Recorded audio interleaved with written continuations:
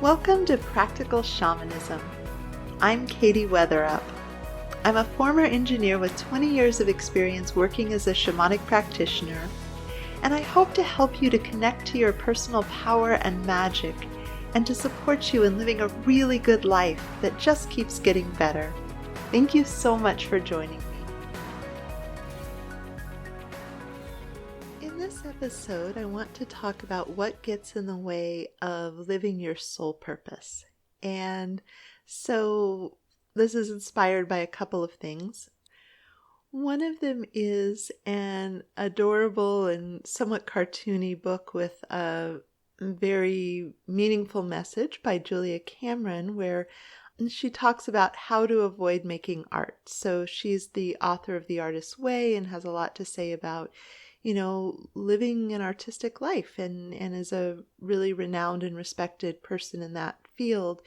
And this book is really funny because there are all these cartoon images of ways people say they want to make art and are passionate about making art and yet find behaviors that get in the way of their ability to actually make art. And it's got all these little cartoons, and I think if we're being honest with ourselves, we could find ourselves in a number of them with all good-natured humor and such. And it's also for anything else we say we want to do or that we enjoy doing. Humans have just a very, very interesting approach to life, and I think it's good to put our arms around that and have that be just part of what we expect to reckon with the complicated, wacky nature of being human. And the second source of inspiration is one of my teachers, a man named Sean Roop, who really encourages us when we're struggling with something or having a result in life that isn't working for us or isn't what we want, not to ask, how do I get to this outcome of money, relationship, whatever it might be, but to ask the question, what's in the way? So what's in the way of financial abundance? What's in the way of a job that is meaningful to me? What's in the way of a relationship I would really enjoy? And these two kind of really pair off and work together, honestly, because a lot of it is that there are parts of us that have agendas or instincts or complexities that are in the way of what would be meaningful and effective. So I particularly want to talk about this in regards to soul purpose because it's something that my clients ask a lot. It's one of the intentions I get over and over again when I do soul retrieval work on behalf of someone.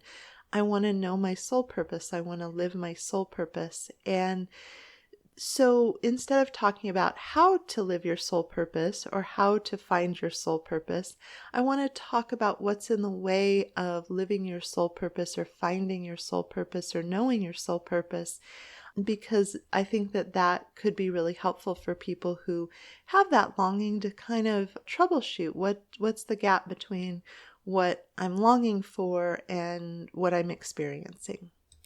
So let's start with what I'm pointing to when I talk about soul purpose. So what I've been shown over and over again, and I know that there are different frameworks and different beliefs, but my guides have always consistently, over 25 years of me taking counsel with them, first for myself and then later professionally for my clients, what they've said over and over is that incarnation is a choice. Now, doesn't mean that everybody has a fantastic, fabulous time because they thought it was a good idea or something that they wanted to explore. There's a lot of complexity to the human experience. But my experience is that we plan an incarnation. We figure out who we're going to have as parents and where we want to be on the planet. And some people accept parents that, aren't super aligned for them just because they're like, oh, but, then I'll be in a developed nation with good dental care while I pursue things that I want to explore in the age of the internet. How cool will this be? There's kind of a potent party going on the planet with so many old souls that are incarnate at the same time. So there can be a lot of different reasons and distinctions, and some people are very nuanced in their soul contracts, and some people are just jumping in. And I really like the analogy of choosing to take a trip. So some people are just like, why not? There's a really hot deal to this place. I think I'll go check it out. And they're willing to, live out of a backpack in order to have, enormous amounts of freedom and experience. And other people are very, very careful. They, do an enormous amount of research. But regardless, when you get to where you're going on the trip, you usually have some intentions about why you want to go there and what you want to experience. And in the middle of the trip, you can change your mind. Sometimes the site that you hoped for is closed. We had a government shutdown a number of years ago, and the national parks were closed. And I already had a Yosemite trip on the books with a friend. And so we ended up driving through Yosemite because the roads were open, but they weren't letting people stop or hike or explore. And it was still a fantastic trip. There was a lot of, beauty that we got to see. And of course, pulling over for quick pictures and such. But sometimes when we arrive, things don't go the way we thought they would, and we end up pivoting and finding something else to do.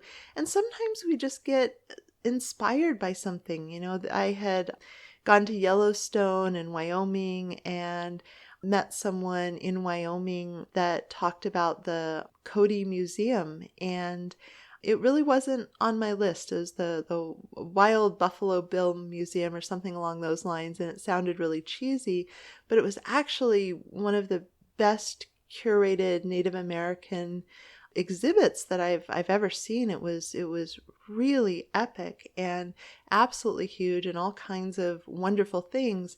But because he had talked about it, we ended up pivoting. There were multiple routes I could have taken to get us back to the vicinity of the airport. And we went that way and had this really rich experience. So when it comes to soul purpose, you make a plan, and sometimes there's a pivot, either through a change in circumstances or a change of what's alive in your heart or an unanticipated opportunity. And everything is right and good with this. So one of the things that can get in the way of really feeling aligned with your soul purpose and on track for that is this static assumption. You can be loyal to the dreams of a younger version of you, a pre-incarnation version of you. And I think when it comes to what we're getting up to in our one precious life this time, because even if we come back again and again, we'll never be here and now and in this body having, these particular experiences, then is this sort of sense where we aren't being contemporary with what is true for me now, what aligns for me now. We don't want to be loyal to old decisions. And for sure, we could probably think of examples where people swing the pendulum the other way, and particularly people with the mental illness of the sort of bipolar who haven't found systems or treatment for that. There can be the incredible passion about the next career or whatever, and they invest the money and the time and then drop it, 5 minutes later. And I would argue that that's not exactly what I'm talking about. If there's a real chemistry relationship to newness that gets in the way, the wisdom of the compass of what we want to get up to. On the other hand, who am I to say, the people I end up connecting with who are dealing with that kind of, chemistry challenge are seeking healing and seeking a different experience. So for all I know, there are people who are like, yeah, I start things and stop things and I'm perfectly happy with it. So part of the whole soul purpose thing is ideally we're not saying what other people should get up to. We're just really, really present with ourselves. But that sense of not being loyal to a story about what would make you happy or something when you've really been in it and found that it doesn't align, I think is an important and powerful thing to be willing to thoughtfully pivot to something that's more aligned. So going along on the soul purpose journey, what I would love for all of us, and certainly hope to support my clients in, is an outcome where after we've reached the end of our lives and gone and met with our soul committee, we end up saying, that was such a cool incarnation. I'm so glad I did that. That was really awesome and rich, and I feel really deeply satisfied with the fact that I got to have that experience. And you may be able to have a reference for that, for a trip that you went on or a hard goal that you achieved. I mean, for some people, it could be participation in a sports team. I happen to really love travel, so I think of it as coming back from a trip and being like, wow, that was so cool. I went to Iceland a little bit ago and drove all of the fjords up in the northwestern part of Iceland, the West Fjords, and it was epic and beautiful, and I just love that I got to have that as part of my experience. And so that's kind of where we're going with this, at the end of your life, on the other side of the veil, meeting with your soul committee, feeling like, yeah, that was a life well lived. I'm really, really happy with the experience that I got to have. So coming to what gets in the way of that, because it seems obvious that that would be something that we would want, but there's a lot of complexity of the human experience. And again, I really like Julia's book about, how not to make art or do anything else you enjoy. I think it's so funny and poignant and succinct and to the point. So you might want to just grab a copy of that and flip through, because I think all of that applies. But there's some things in particular I want to mention related to what gets in the way of experiencing and engaging with our soul purpose. So one of the things is if we have a really high level of stress and our fight or flight is activated. So one of the mechanisms, and I have a whole nother podcast on when I'm going through the hardest times, why is it the hardest to hear spirit then? And this really has to do with the fact that as a shamanic practitioner and someone who often has my head in the clouds, so to speak, it's very helpful if I don't absentmindedly die early by stepping on a snake or walking off a cliff, or in the modern era, stepping into traffic because I'm caught up in some vision in my head that's really cool. So we have this biological wiring that wants us to take care of clear and present danger and not die before we move up the chakras into inspiration and intuition and dreaming our world into being and seeing new possibilities and optimizing our lives and all of those kind of things. And I love the modern world. I love that we have indoor plumbing and control over temperatures, and that I don't have to do agricultural labor. As a child, I grew up on a farm, and I would start a little garden, and then I would get bored with it and the garden would die. And fortunately, I had more attention span for the goats. I kept the mammals alive, but I just wasn't super successful with the garden. And I'm very glad that I can eat wonderful, well-grown veggies that I didn't have to keep alive and sustain until I could eat them. But the modern era is massively activating to our nervous systems, and so a huge percentage of the population have a very activated fight or flight baseline that is turned on all the time. And this hammers away at our health and our mood and our psychic ability. And again, I could go on at such great length about, the incredible merits of a starting place of just lowering the baseline of your fight or flight and learning how to notice when it activates and tend to it proactively. So you can check out my podcast on anxiety. It's one of the first ones I did. I have a whole program on the instinct intervention if you really want to dive in.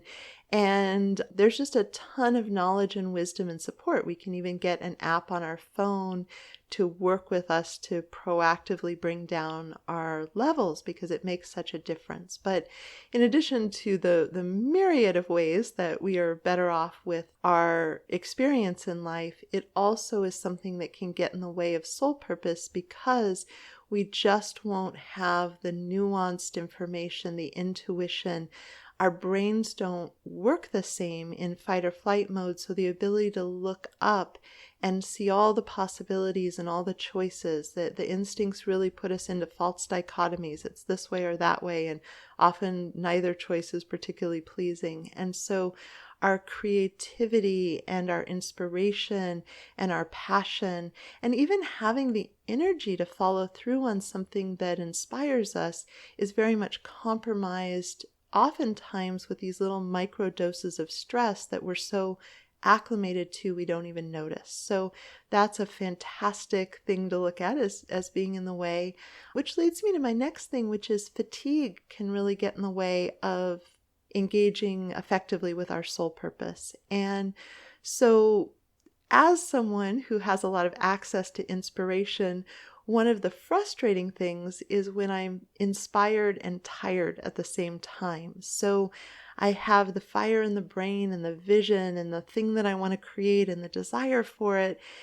And realistically, I just don't have the energy to go forth and implement it. And I'm more in a mode of needing to stay with, kind of the things that are right in front of me.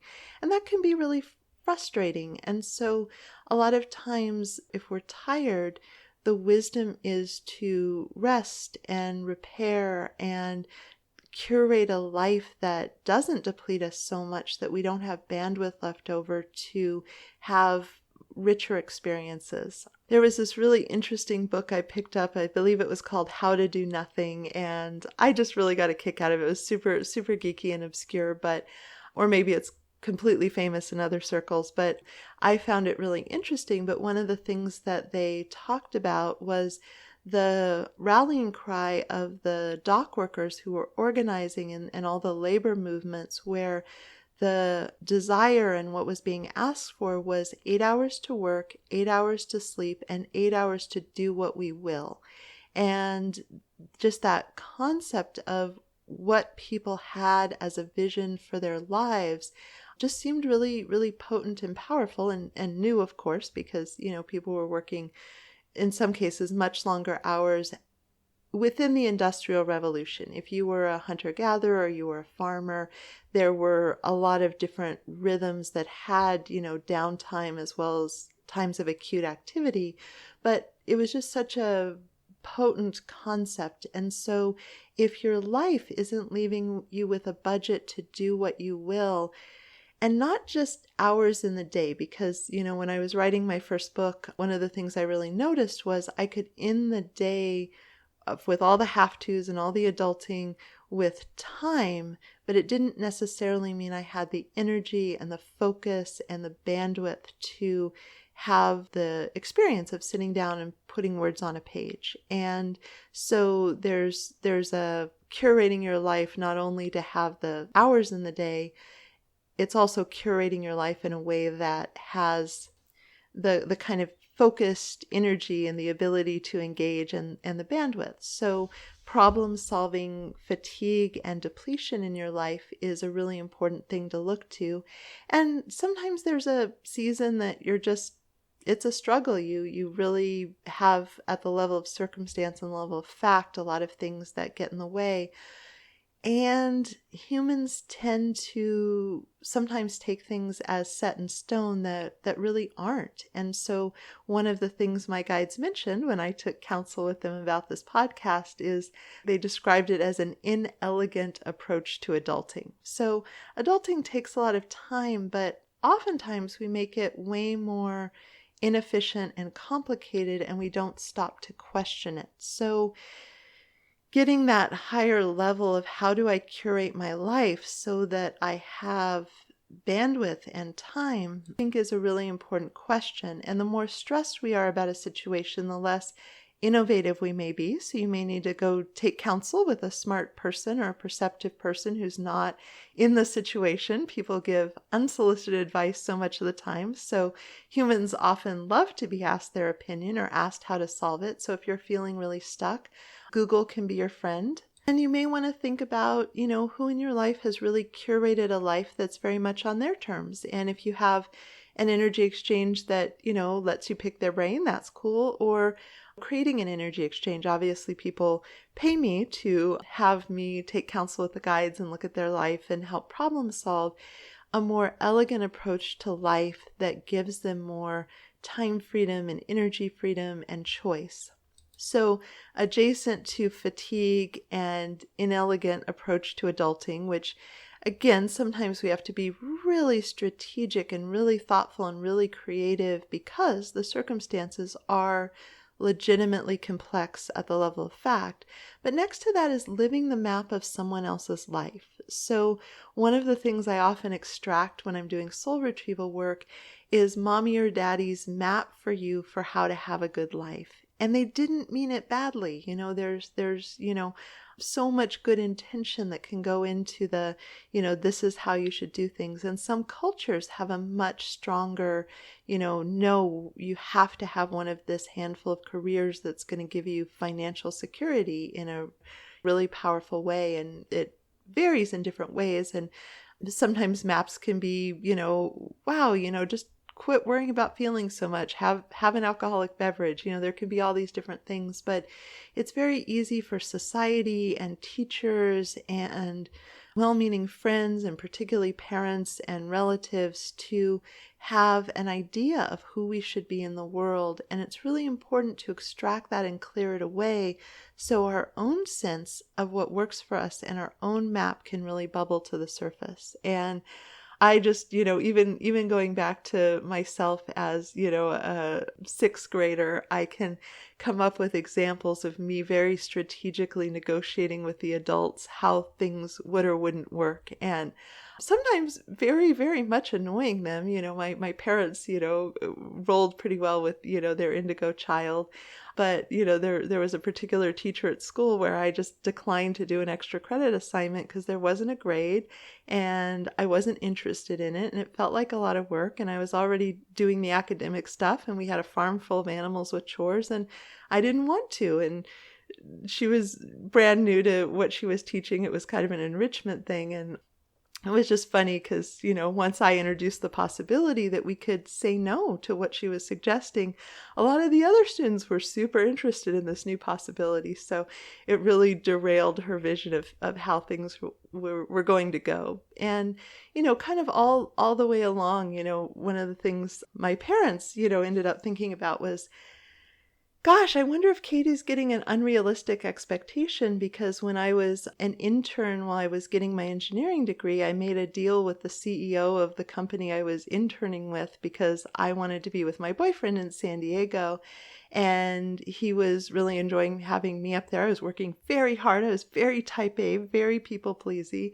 And so he paid me minimum wage, but back then a ticket between the Sacramento airport and the San Diego airport was darn cheap. So he just agreed to fly me down every other weekend to see my boyfriend, and I would come back to work. And I'm like, okay, yeah, I can work with that. And honestly, I curated part-time work as an engineer in order to, build my business. There's just been a lot of examples of how I've designed a life that really works for me. I work with the fact that I'm not the best in the morning, so I just don't schedule clients before 11 a.m. because frankly, if someone's paying me, I think they deserve the very best I can bring to the table. But also it's a time where there's more struggle, and it's much more elegant for me to set my working hours in a way that is very much aligned for me. I love solo travel. I love getting to have it all my way and really follow the curiosity and the responsiveness. So what I'm able to do with solo travel, when I'm alert and looking around and seeing opportunities and responding to my environment and listening to what does my body want, what does my mind want, what does my heart want, what's the energy, ooh, there's a cool spot to pull over.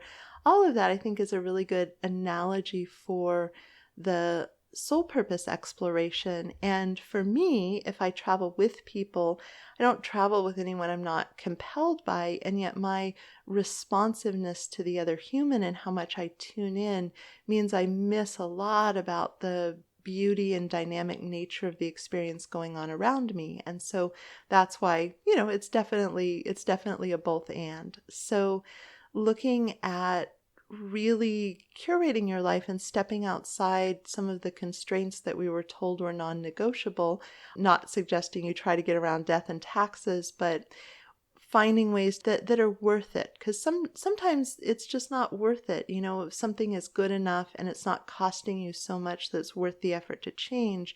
But other things are really useful to redesign and renegotiate and work on finding win-wins. So you'll be much more charming if you're understanding what other systems and people need from you and looking for the freedom to move in a way that works for you, in a way that, has an intersection that can meet their needs as well. So there's an elegance to this if it's done well. But I think it's a great thing to curate and cultivate so that you have a life on your terms. Partly, just more life satisfaction, the fewer points of extreme friction and things that we're working with and things that are working our last nerve. Super helpful to enjoying life and seeing possibility and not being worn out. And it leaves you with more opportunity for bandwidth and for finding how you want to carve that out so you have that do what I will time. So unsurprisingly, it turned out that I had a great deal to say on what's in the way of soul purpose. So I'm going to break this into 2 episodes. So I hope that you've found some useful things here to get you going, and I really look forward to sharing the other half of the material in the next episode.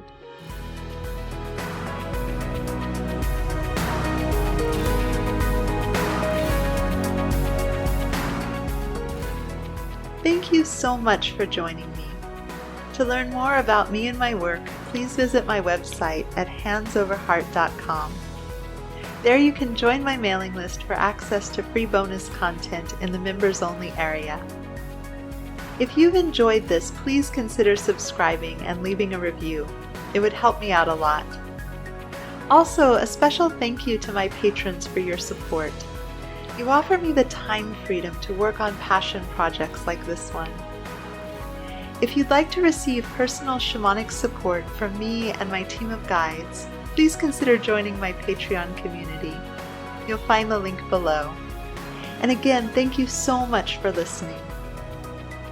This is Katie Weatherup, wishing you wholeness and happiness.